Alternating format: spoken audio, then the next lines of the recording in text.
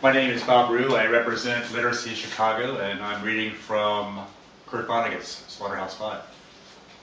So we tried to ignore Mary and remember the war. I took a couple of belts of the booze I brought.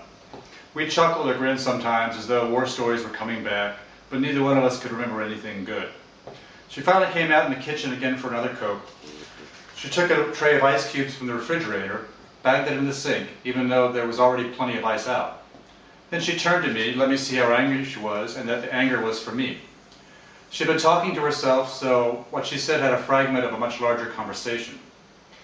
"You were just babies," then she said. "What?" I said. "You were just babies in the war, like the ones upstairs." I nodded that this was true. We had been foolish virgins in the war, right at the end of childhood. "But you're not going to write it that way, are you?"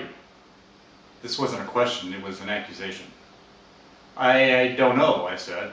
"Well, I know," she said. "You'll pretend you were men instead of babies, and you'll be played in the movies by Frank Sinatra and John Wayne, or some of those other glamorous, war-loving, dirty old men.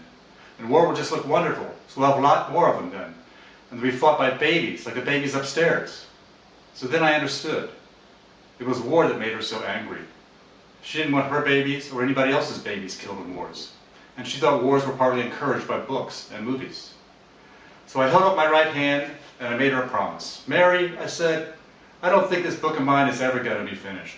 I must have written 5,000 pages by now and thrown them all away. If I ever do finish it, though, I'll give you my word of honor. There won't be a part for Frank Sinatra or John Wayne. I'll tell you what," I said, "I'll call it the Children's Crusade." And she was my friend after that.